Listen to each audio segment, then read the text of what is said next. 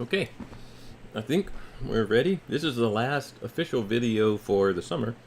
Um, there might be some others. I'd like to finish the violin, and if I do, or if I continue making progress on that thing, then I'll show that to you occasionally, not like a whole video, maybe not even a stream. I might just post the update.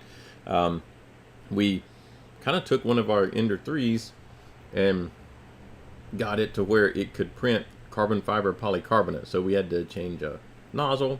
We had to change to an all metal hot end. We got an enclosure set up for it. We do have a ventilation system for the enclosure. Well, I think I showed you that, but I never installed it where on camera or anything. Kind of because it's in another room back there, so it's not really a place I could easily show you how that looks. But it was from Amazon, just a little duct that you can ventilate one of those kind of fabric chambers with. So we got that ready. I did print some of the pieces. I think I showed you. I have one of them right here, over here. So we did print, polycarbonate, carbon fiber. This is a half, just a half of the neck, but without the fingerboard on it. So I would like to, finish up that piece, or that violin. And if I do, I might put a little bit of that out here. But other than that, we're kind of finished with the summer. So what I was going to do today is just kind of go through some of the stuff that, now that you've got this printer, you might have to do. We've done all of these things, kind of scattered throughout the quarter. I think we've done well, maybe not. We've done most of these things. But just a reminder of these are the things that now that you have a printer, you might have to do. So I've got one of these printers over here. This is not the one that we used in most of the class, but it's one I used in the winter quarter, I think. So it's basically the same type of thing. It's the Ender 3. It is a slightly upgraded one. It has, tensioners on it, and we've changed a lot. So it's not the base level Ender 3 that we started with. It's using clipper and all this kind of stuff that we did on our Ender 3 for this quarter. So some of the things that you're gonna have to do, assuming that you keep your printer and you run it for some amount of time. You may have already had to do some of these things actually. So one thing is that these belts here, this is one of them, and then there's one kind of on this axis here. Eventually, depending on how long you run the thing and how hard you run it, they're either going to need to be at least tightened, tensioned, or at least check the tension. This one's still got plenty of tension on it. It's actually maybe a little too tight, but it could be over time that these belts will lose some of their tension. If you run these a really long time, like years, then they could start to degrade. So they have these little teeth. They're a timing belt, so they have teeth on them. And I've had some printers, really old printers, not really new printers, but printers that you've kept for a while, where these teeth will eventually start to degrade. And what will happen is, I don't know if this is going to be easy to see or not. Let's rotate around. Oh, this is all enclosed. Well, so it's not going to be easy to see, but the stepper motors have, they're a toothed pulley on them that drive the toothed belt, so that it stays in time, so that you are pretty sure that if you told the bed or the carriage to move to a certain location, then it probably did. But over time, these belts can get old enough to where the teeth will start to degrade, and they'll clog up the slots in the tooth pulley on your stepper motor.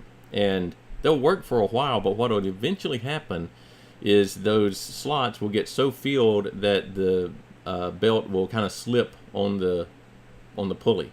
So that's a long-term thing. You probably don't have to worry with that right now unless you're just running these constantly in a really rough environment somehow. I would not think that a printer you got 3 months ago is going to need this anytime soon, but do check the tension on the belts. So make sure that they are, tight, but they're still flexible. If you over tighten these, what will happen is it'll put extra strain on your shaft from your stepper motor here, and the bearing inside there will eventually wear out if you over tighten the belts. These are timing belts. They're not relying solely on like friction to move them, like maybe a V belt or something. They do have the teeth on them, so they don't need a whole lot of tension. They just need enough tension so that they don't skip over one of the teeth in the pulley. So like I said, these are probably actually a little too tight for my liking, but it's okay. They're not so tight that they're deforming the shaft or putting extra stress on the bearing here. But check those.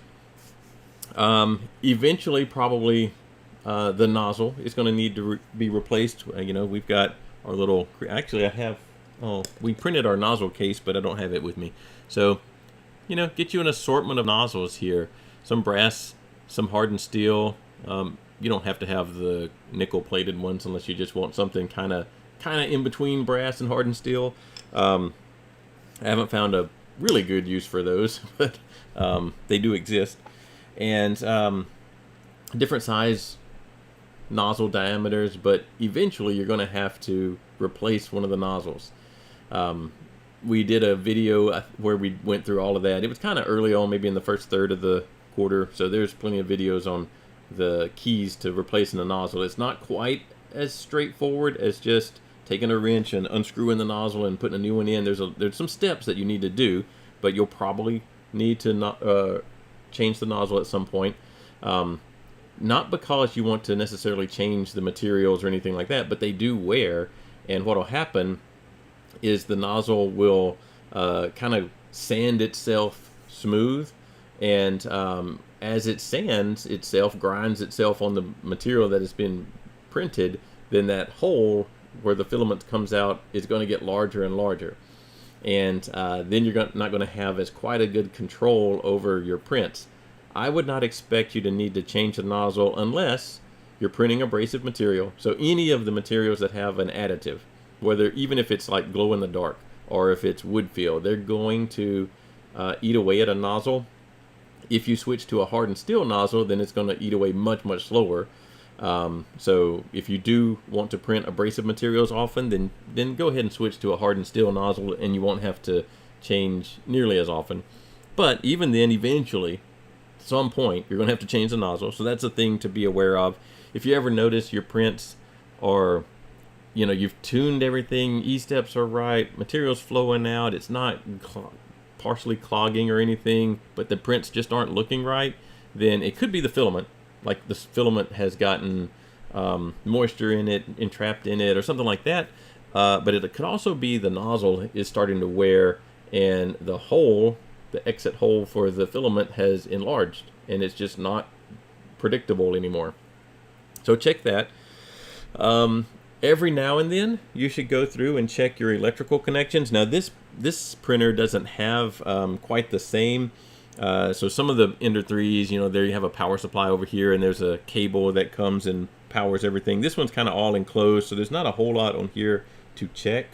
But this is one thing to be aware of. So there's a lot of movement when you have a bed slinger, and this bed goes back and forth. Most printers now have a good strain relief here. They're zip tied, and there's a little bracket. But just check that this hasn't gotten very loose and is letting your wires constantly bend back and forth, because what will happen if you have a loose connection here in particular is, for a heated bed, is that the wires will loosen the solder joints. So they're not making as good of electrical connection between the power going into the heated bed and the bed itself. And whenever you have a kind of loose connection, its resistance increases. And what that will cause is an increased current to make up the difference, essentially, for the increased resistance. That increased current will increase the heat here, which will weaken the solder joints even more. So you have kind of this cascading failure type thing that can lead to really high currents that create a fire hazard here. So make sure that this area here in particular hasn't gotten like loose in some way. It's going to be a little loose, like you can move it, but make sure that you don't have anything in this area that looks like it's going to create a problem for you. So it's not loose, it's not hanging there or anything like that. I think most printers now actually have a decent setup here. I think the like even some new printers though, the Bamboo A1 had to have a recall because their connection here just was, I think it was this connection, wasn't working right, and so they had to go back and fix it. So make sure your electrical connections are not coming loose. You do have a lot of moving parts, and so that can create some strain on any of your electrical connections, particularly the ones that are carrying the higher current, so the ones that are driving a heater somewhere. Your Z-axis over here, so this guy, every now and then I lubricate it. I usually use the 3-in-1 dry oil just because it doesn't make quite a big mess, but a lot of people use white lithium grease. I guess it's thicker, the lithium grease is thicker, and so it doesn't really go anywhere, but neither does the 3-in-1 dry lube. I mean, it's super thin. It is liquid, even though it's called dry lube, but it can get down in here and do a pretty good job. Clean this thing. Now, if you do have some kind of lubricant on here, it could attract dust, and you might need to clean this Z-rod. Check your Z-rod occasionally to make sure it's still not binding anywhere. It shouldn't be, but you do have a lot of moving parts that could come loose over time. Actually, I don't think any of these printers are assembled with any kind of thread locker or anything like that, so connections are going to come loose. Things are going to get out of square occasionally. Most of these things are many months, maybe year down the road that you have to worry about, but just check them every now and then. Find a way. So I do have a lot of old PLA filament, and you hear that you get most of the filament is hygroscopic, so it's going to absorb moisture from the air. And where we live, or at least where I live, there is a lot of moisture in the air, so there's a lot of opportunity for that. I have had PLA for years and years and years, and most all of the time it's still printable. You can notice just sitting out, like no special container or anything, just sitting out, on a printer or something like that, or just on a shelf, and it's usually printable. But it will get brittle, even a couple of months sitting out. It will get brittle. It doesn't make it not printable, but it does make it where you might come back to your printer, like you've got, like this one set up, it's got some it's got a piece of gray PLA in here. You might come back and it snapped somewhere in here just from the curvature of the filament from the spool to the feeder. Well, actually this one's a direct drive now, but normally there's a feeder right here, and it might have snapped. That's because it's getting brittle. It'll still print. You might get a little worse surface finish, particularly stringing. You try to fix it with retraction or whatever, but sometimes it's just the filament. So with the violin I was talking about, that stuff being polycarbonate, those are very moisture absorbent, and so I probably am going to have to take that filament and try and dry it out in order to get it to print well. So some of your filaments, TPU, nylon, polycarbonate, those are going to be a lot more susceptible to grabbing moisture from the air. So if you do have collected some filament, it would not be a bad idea to store it in something like an ice chest with some desiccant. Now, that will not remove moisture from the filament itself. It will just keep moisture from getting into the filament. If your filament has moisture in it, you're going to have to heat it somehow in order to extract the moisture. And then once you get it dry again, then you can store it in a semi-airtight. It doesn't have to be like a dry box type of thing for most filaments, unless it is a nylon or a polycarbonate or something like that.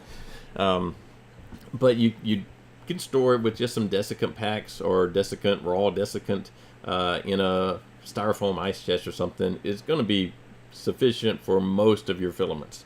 Like I said, you can leave them out and they'll print okay, but you might have some issues with they're very brittle and they want to snap while you're printing, or they're just sitting there, they'll snap. I'm surprised this one hasn't, but this is a relatively new filament. But if I leave it sitting here long enough, it's going to snap somewhere in here, just because that's how they work. Or, well, not how they work, but what happens to them. So find a way to store filament just so that you have it available, and it doesn't have to be complicated. But if you do have some that is you think there's moisture in it and it's just not printable, then the desiccant is not going to get the moisture out of it. It will just keep the moisture the same as it is. You actually have to force the moisture out with heat, is, as far as I know, the only way. There might be some other way, like vacuum something, I don't know, but really you have to heat it. And there are some filament dryers that you can, we showed one a couple of weeks ago.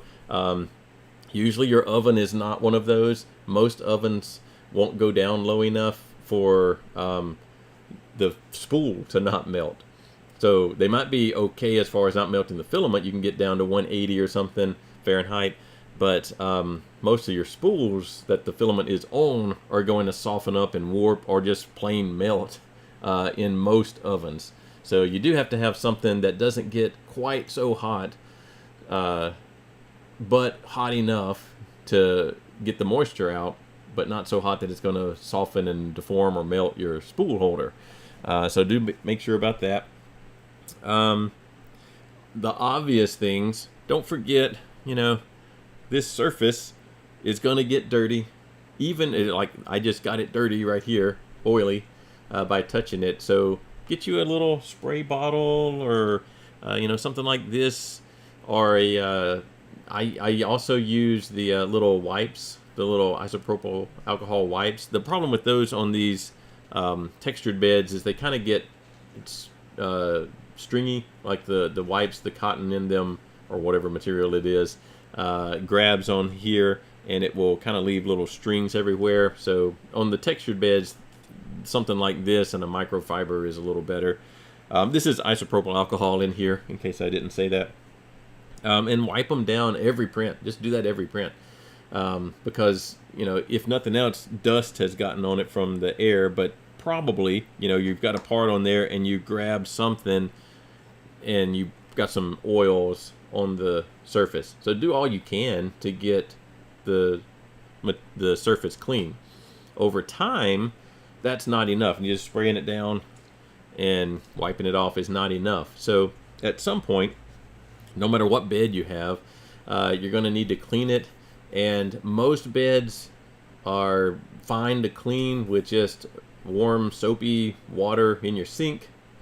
Most of the time, that's going to clean them up. Don't use something like acetone. Acetone on these PEI beds will kind of destroy it. So don't use acetone. It's fine to use the isopropyl alcohol, but not acetone. You might think, oh, that's a stronger cleaner or something, but don't use that on here. On these beds anyway, with the PEI sheets, that I wouldn't do that. But sometimes with the PEI sheets, if you've cleaned it regularly and you've taken it to the sink and got some soapy water on it and cleaned it, and it still isn't sticking and everything else is right, you've got your nozzle height correct and all that, then what you can do is you can take some very fine steel wool, so like the triple alt or somewhere in that range, and just very, very lightly go over sanding the surface, and it'll kind of reactivate the PEI. You can do that a couple of times before there's nothing left to reactivate, but that seems to get more of the whatever is preventing the PEI from grabbing a hold to your part. It gets it a little bit better. I don't do that very often. Probably, I don't know, once every couple of months is when I would do that. This often, every time before you print, if possible. And then if you're using glue stick or hairspray, you probably do need to clean it more often, because that stuff will build up. And the hairspray is not quite as bad as far as messing up the bottom of your print, because it's going to sit on the thing. But the glue stick, it kind of gets a little bit much. So all those glue sticks are water soluble. So if you're using glue stick or even the hairspray, you probably do need to take these to the sink a little more often, just to kind of reset the surface and start over, because they do get kind of gunky and built up on there. Like I mentioned, most of the time things are for a long time going to be fine, but you've got a lot of hardware on here that could, none of it's using thread locker, so it could get loose. So just go and make sure nothing's terribly loose. So on these V-wheel types of things, I haven't on this printer, but I normally take and get a white Sharpie or white some marker that will write on this vinyl, and I put a little white mark on all of these just so I can visually see that they're all turning. If all three of these wheels are turning, same thing over here, when the bed when the gantry moves up and down, then I'm pretty certain that I've got them all tensioned correctly. Tension may not be the right word. They're all the right distance from the actual groove that they're riding in. But if I notice that these two are spinning but that one's not, or some combination of them are spinning and some are not, then I've got something that's a little bit loose. So remember, on these kind of printers with the V wheels, one of them is going to have an eccentric nut, which means that the hole in the nut is not centered. It's eccentric, not concentric. And so you will need to it's not tightening the nut, but you'll need to rotate the nut to bring this wheel further out or closer in to your groove there in order to get all of these actually making contact. If only two of them are making contact, then you're going to get some play in here. This one's I can force it to move up and down, but you shouldn't be able to move this, and there's a lot of play in this horizontal axis here. Let's see. Your most common part that's going to fail, in fact, we had it fail on the little Voron, are the fans. So if one of your layer cooling fans fails, things are still going to work. They just may not look like they're working very well, but it's going to print. But you might notice some not clean prints, depending on what material you're printing. So if one thing to check is that if everything looks okay, filament's coming out, it's not jammed, but your prints just aren't quite right, and the nozzle's fine, all these other things are fine, make sure your layer cooling fan hasn't stopped or is not underperforming. They do get filled with dust. Sometimes they quit entirely. And so that can be a thing that you have to replace. Don't just go and buy, a DC fan. There's two main voltages that these fans run at. And depending on which printer you're using, you've got to match up that voltage to your printer. So most of them are either 24 volts or 12 volts. So usually I think all the Creality stuff is on the 24 volt side. And then some of the other brands are 12 volts. So make sure that you're replacing the right voltage fan. If this fan fails, the one that's actually cooling your hot end, then it's going to print for a while and then clog. And it might be that this fan is still turning, but maybe it's lower speed than normal, the air ducts are clogged up, or something is creating a loss of airflow across the cold side of your hot end. And what will happen is a thing called heat creep. So the nozzle down at the bottom, the heater block, is 200 plus Celsius. Up here, where the filament enters your hot end, the metal part of it with all the fins on it, the heat sink, that should be a little above room temperature. So if this fan is not operating, then it's not cooling that heat sink, and the heat from down here at your heat block is going to creep up into the heat sink, and that's the heat creep. And once the heat sink, the top part of your hot end, gets too hot, then your filament is going to start prematurely melting or softening, and you're not going to be able to feed more filament in because it's gooey in here, and it can't push on goo. So if you start noticing your printer works for 10 or 15 minutes, but then it just quits, then there's a good chance that this fan is underperforming or not performing at all. There are other things that can cause partial clogs that look the same, but that's the first thing, is heat creep from your hot end getting into the cold side of your hot end. So the heat block heat getting into the heat sink part. And that usually means that this fan is not performing, or not performing enough. Another thing that can cause partial clogs that happens, I might have to draw something for this one because it's hard to explain. Let me get something to draw with here. Let me...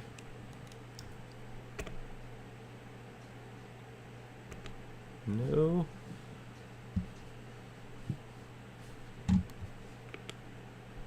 None of my buttons are working. Let me find... There we go. All right. So one thing, let's get the main pieces of our hot end sorted out here. So this is our heat sink. It's the part that has all the fans on it. Yeah, fins, not fans. The fan is blowing on this one. So it's got all the, fins on it. We'll draw a couple.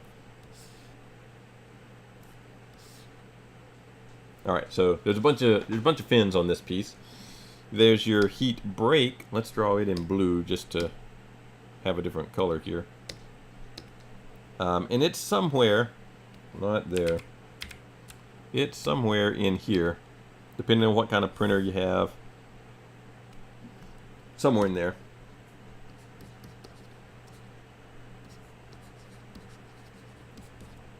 And so what it does is it mechanically connects the heat sink to the heat block. Let's get our heat block. Let's make it red because it's going to be the hot part.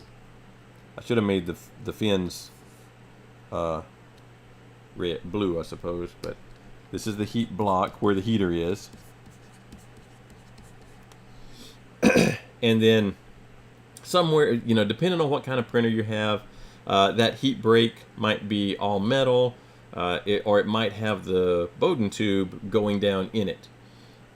There's usually a tube somewhere. Whether or not the tube goes all the way down to where the heat block is or not is determining if you are talking about a all metal hot end or a not all metal hot end. We also have our nozzle. Let's put our nozzle as, I don't know, we'll make it gray. It's going to be somewhere down here. It'll be bigger than that though.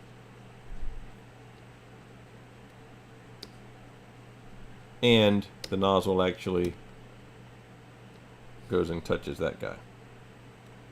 All right, so let's say that you have made a, it's hard to write in this position, so my writing looks kind of bad. You've made a nozzle change, or you've cleaned out the, you had some gunk in there and you've taken your hot end apart or whatever. But you've made a change here, and this can also lead to a partial clog. So if these surfaces, so if this surface here or the one here, wherever the tube might end up at, so you might have a tube that goes down in the heat break or one that sits right up on top of it. If you have a gap there, then there's a good chance that filament, once it is molten, is going to find its way out of that gap and give you a partial clog. So that's why there's a very specific procedure to tighten the nozzle down. You don't want the nozzle necessarily tightened against the heat block. You want the nozzle tightened against the heat break, which is inside the heat block, because you don't want this. You don't want a gap in between there, because filament can leak out of that gap. A lot of times on that one, if the gap is there, you will actually see filament coming out, here. You'll see some filament work its way out, or it could work out on the top up here. Usually it comes out on the bottom. If you see filament oozing out around the nozzle or around the heat block somewhere, then there's a good chance that you didn't get this gap closed up. So you didn't do the hot tightening on the nozzle or something. You did not get that gap closed up. You can't just tighten it more with a wrench or whatever. You actually have to heat it up, the heat block, heat it back up, and tighten it maybe another half, not even a whole half turn, a quarter turn, something like that, to close up that gap. That one, it might print okay, but even that could cause a clog, a partial clog. The other one, where the Bowden tube, particularly not on a direct drive, but now one where there's a Bowden tube and it's not I guess I shouldn't have said direct drive, one that's not all metal. So one where the Bowden tube actually goes down and works its way, I don't know, it goes all the way down into here somewhere. So the tube might go all the way down into there. That's my Bowden tube, the green part. So it gets really hot close, or it gets relatively hot. You know, it may not be down in the heat block, but it's close to the heat block on the not all metal hot ends, which is what your ender starts with for most of them. So what that can cause is, if you don't get that tube, maybe you've replaced the tube, or maybe you had to take the tube out, or maybe you cut the end of the tube off, because eventually these tubes that are in not all metal hot ends, they do degrade, you know, down in here, and you have to cut the end off. So if you didn't cut that square with the tube, then it can be kind of like what I've drawn here, and you know, there's a little place for it to fit in here, and if you end up with that little gap right there between the tube and the inside part of the heat break, that's another place for filament to come out. So that filament can work its way out and cause a partial clog.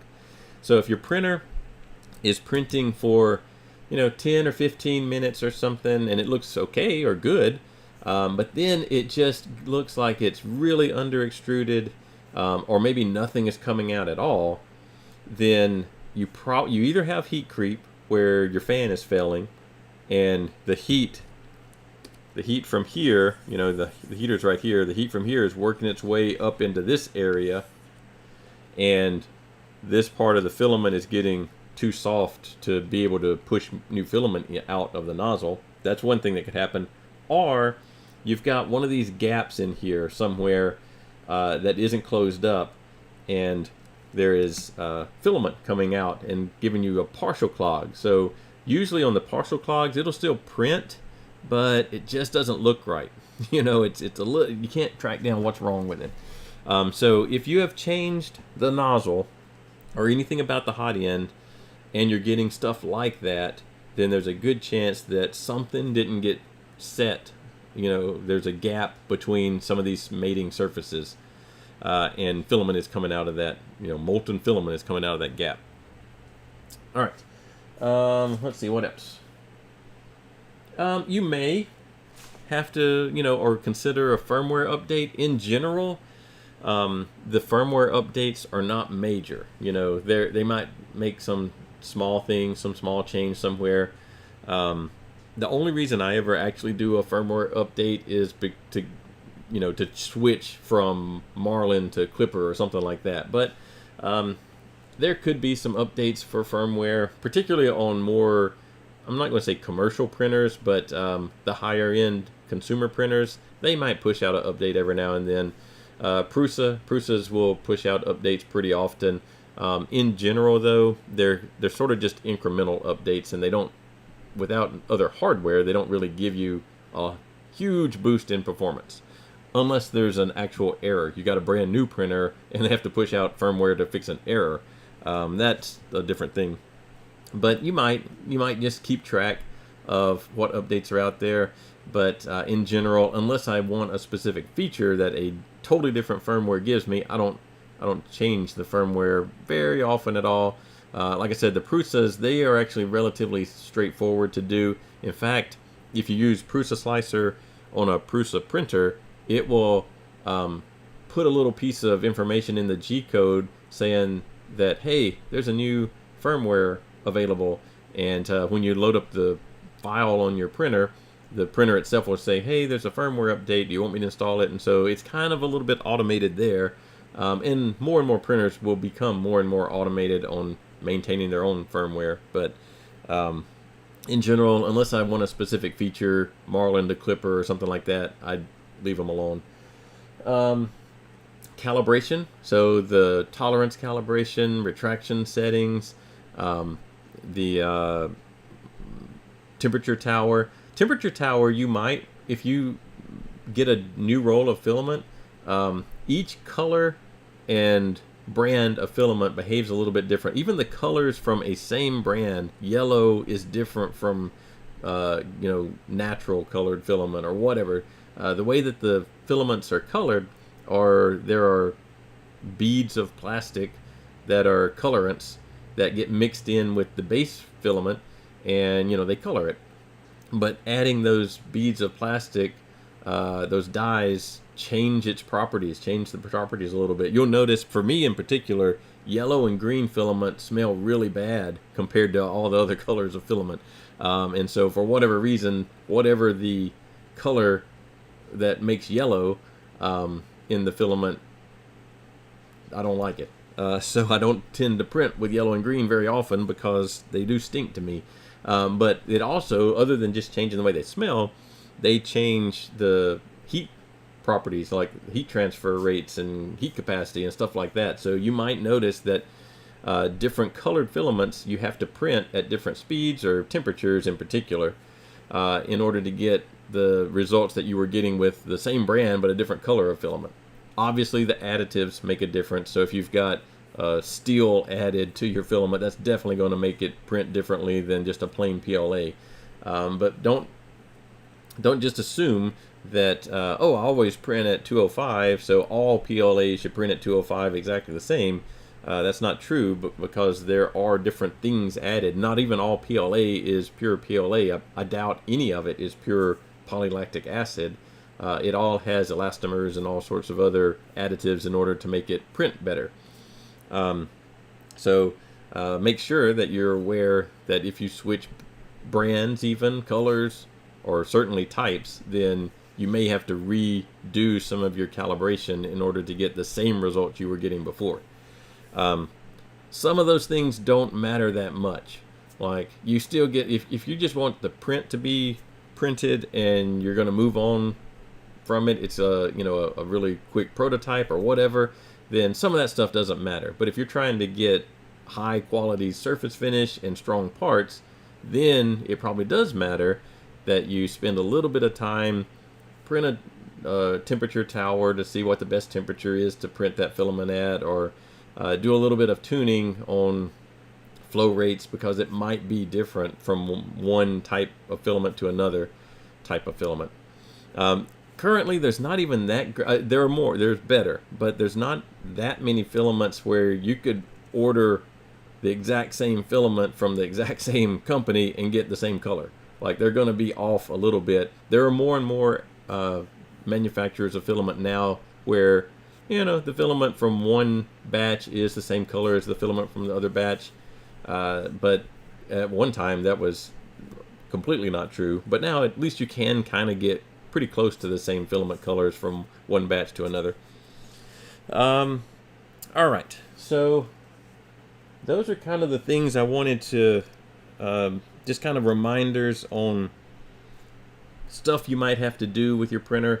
They don't work forever with no maintenance at all. They do have moving parts. They do have parts that wear, and so you do have to go in there occasionally and update them. Now, the good thing is that at least the printers that I use are really pretty cheap, and so by the time it's completely worn out, there's a whole new printer out there that is even better for the same or less money. The printer industry is I think of it kind of like microwaves were, somewhere in that range. So the first microwaves were like thousands of dollars, and they were giant, and they were they did work, but you know, to have one in your house was kind of not practical at first. Eventually, maybe in the late 80s or so, like, okay, you could get one, but it was still going to be $700 or $800 just for a microwave. And now, you know, you can get a microwave pretty cheap. Like one of the little dorm microwaves is probably under $100, I would think. Probably less than like $50 for one of those. Or you can go to a secondhand store and get one for even less than that.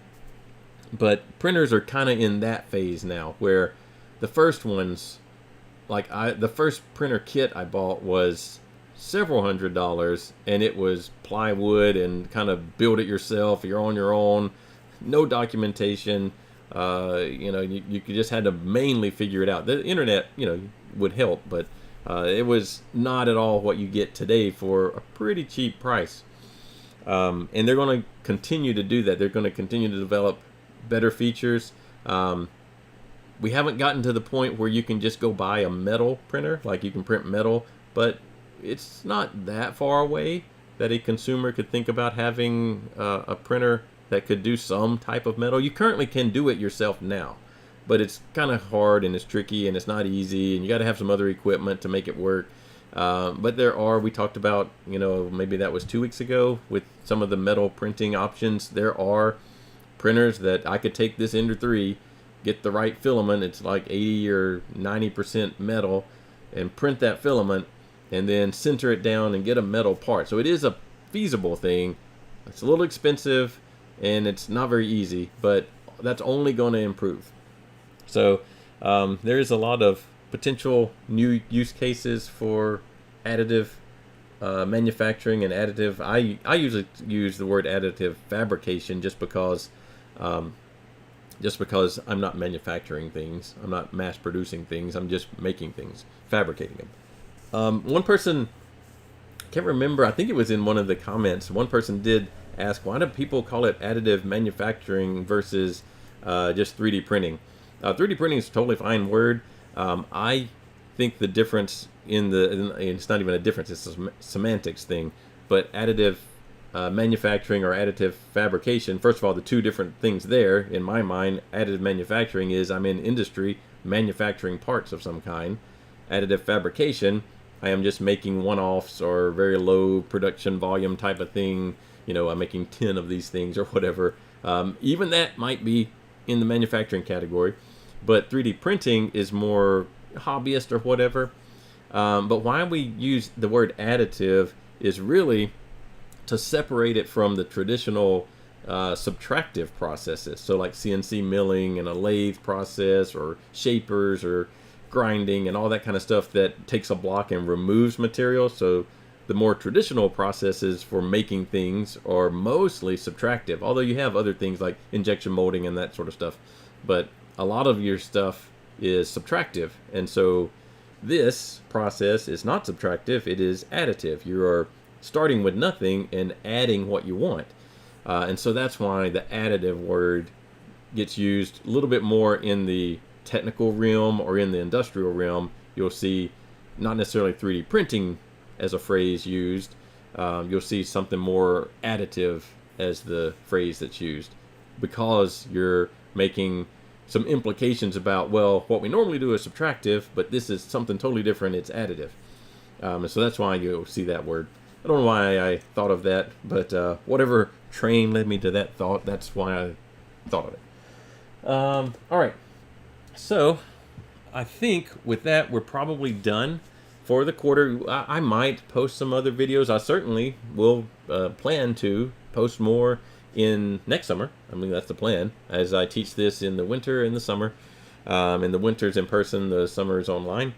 So, I mean, that's what I plan to do, and there'll be a lot of the same things, but some updates next year on whatever the printer world is doing at that point. But stay in the Discord, contribute if you want to, or just watch what people post and ask questions in the Discord channel. And I might post some videos. I really would like to finish up the violin. I've lost it. Here it is. And if I do some more work on that, I might post those as little short videos. I think it's been a good class. Make sure you get all your assignments in. You've got a couple more days to get everything turned in. And I think that's probably it. Unless I have some last minute thought, then we need to stream something on Wednesday. This is probably the last stream for the summer.